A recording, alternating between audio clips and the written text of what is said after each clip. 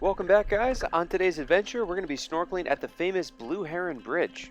This is a really popular site, not only for snorkelers, but also scuba divers, and it's relatively shallow, only about 20 feet deep. And we always have a great time here. There's such a great diversity of marine life, and it's just a beautiful location that's really easily accessible. Because you walk in from the beach on the shoreline, the water depth just gradually goes down further and further, so people of varying skill levels can come and enjoy themselves. A lot of people also do their dive certifications here. If you do want to visit this site, make sure you check the tides first though. You want to get here right before the high tide so you can catch that slack tide, and it's beautiful and clear water.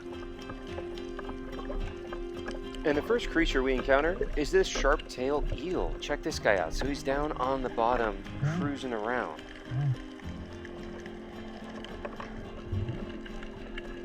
So I dive down to get a better look at him. Check that out. What a gorgeous, gorgeous creature.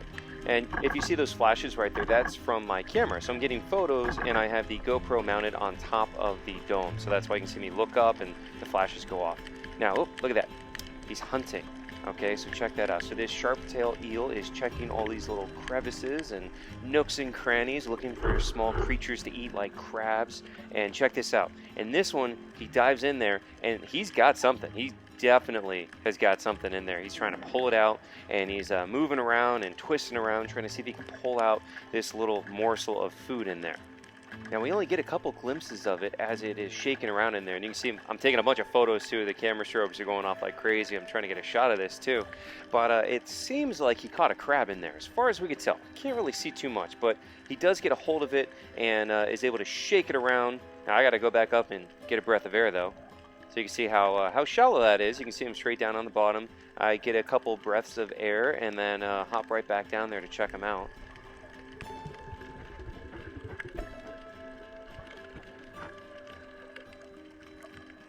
You can see this other fish comes in very curious, hoping to grab a piece of food if the prey gets out, but you can see the eel has it. Oh, he just swallowed down a big chunk of whatever it is he has in there, probably a crab, pretty sure.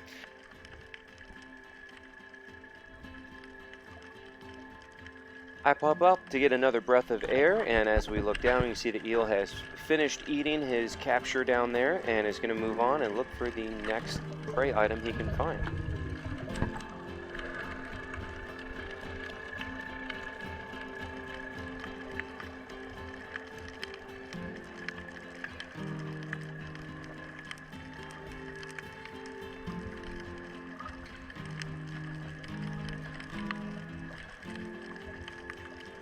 We always see a lot of Bahama sea stars here too. These are the giant, beautiful orange sea stars that you see on the bottom here.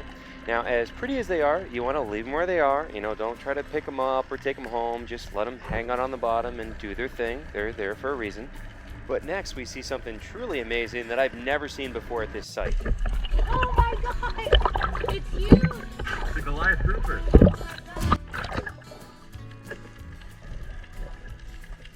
So this is a massive Goliath grouper. How amazing is this? Now, I commonly see these guys when I'm wreck diving at like 90 feet off the coast, but to see one in shallow water right up at the bridge like this is really, really special, and I've never seen one here before, and it's Gabby's first time seeing one. Now, Goliaths look big and kind of scary to people because they're so large, but don't worry, they're not aggressive, they do not attack people, and I have dove with literally hundreds of them without any problem whatsoever. So they won't attack you or anything like that, and in fact, they're pretty shy. You can see this one is already just kind of very slowly and casually swimming away. Now, I'm going to see if we can get a slightly better look at him. We're not going to chase him, you know, we're not going to harass him or anything like that. We're just trying to get a nice, gentle look at him, and as you can see, he's just very slowly making his way. Goliath groupers can reach an astounding 800 pounds and can be over 8 feet long, which is just crazy to think about. Now, we don't really see them that big anymore, and seeing them half that size is pretty big nowadays. Unfortunately, they've been hunted very often, and I'm very proud that I was able to speak out and help in their conservation efforts at several FWC meetings, and now they're protected.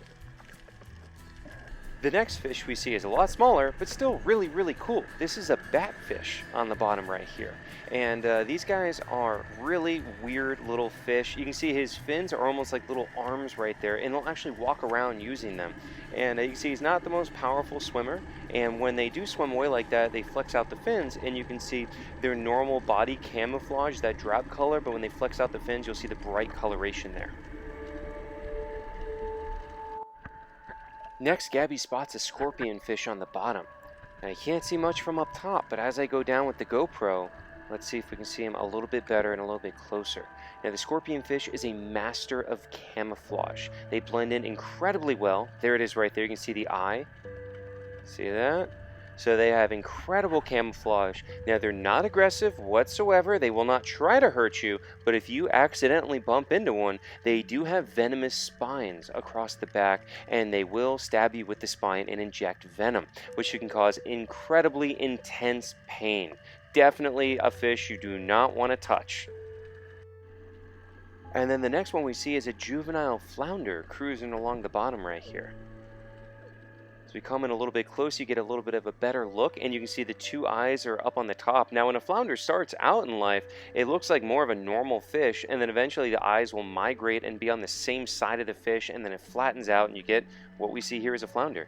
And once it stops moving, you can see how well camouflaged it is. Now here, Gabby points out another scorpion fish hanging out on the bottom.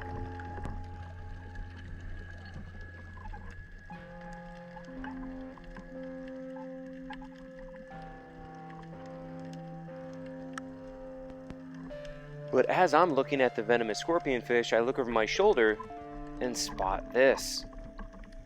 This is a spotted moray eel hanging out up underneath the reef right here. Now, the eels usually hang out in these crevices by day, hanging out, watching a little bit, and at night they'll actually come out and hunt usually.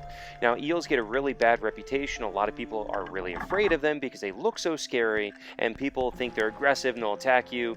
I'm holding the GoPro in my hand, inches away from his face right now. Now, I'm not recommending you try that, but it does go to show that these animals are not aggressive. I've never had an eel try to bite me or attack me, and I've been really, really close to them, just moving very slowly and carefully and respectfully.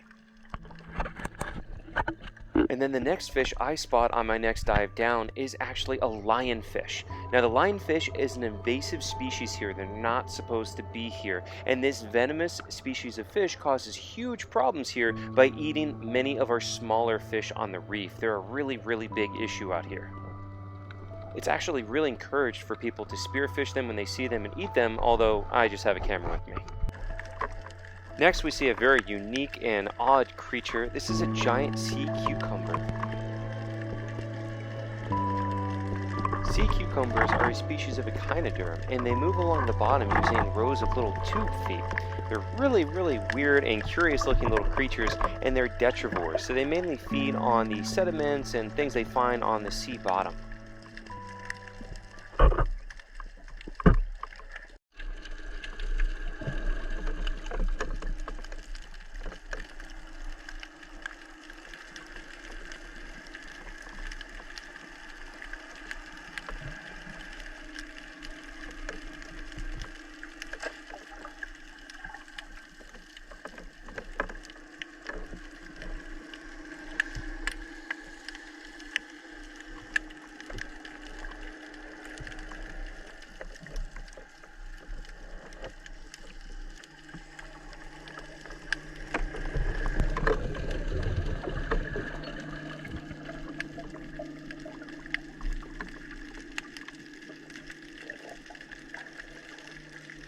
Now, you'll notice Gabby and I are dressed very differently on this adventure. She's just in a normal swimsuit, meanwhile I'm covered head to toe in my wetsuit. The reason behind this is because I'm also doing photography. And so when I do that, sometimes I will lay down on the bottom, on the sea floor, to hold still to get photos of creatures. And on the sea floor are a lot of fireworms, and those things burn, so that's why I'm totally covered up. And one of our favorite creatures to see while snorkeling is the octopus. Check this one out. This is a Caribbean reef octopus hanging out in this little crevice right here.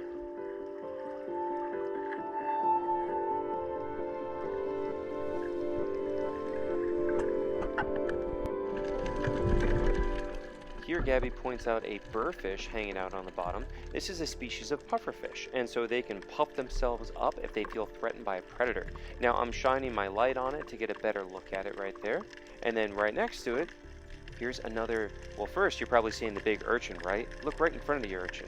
That's a giant scorpion fish hanging out just in front of this long-spined urchin.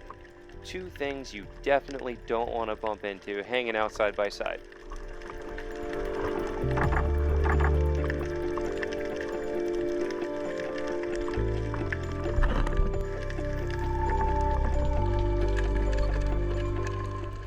Next, I spot this large stone crab hanging out in this crevice right here.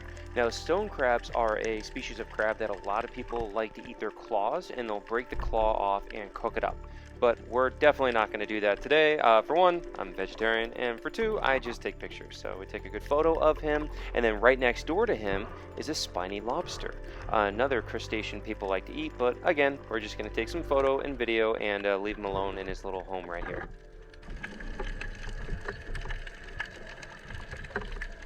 Now this is a different kind of sea star. This is a 9-armed sea star, which is called a 9-armed sea star because it has 9 arms. Man, sometimes these scientists guys, they know what they're talking about.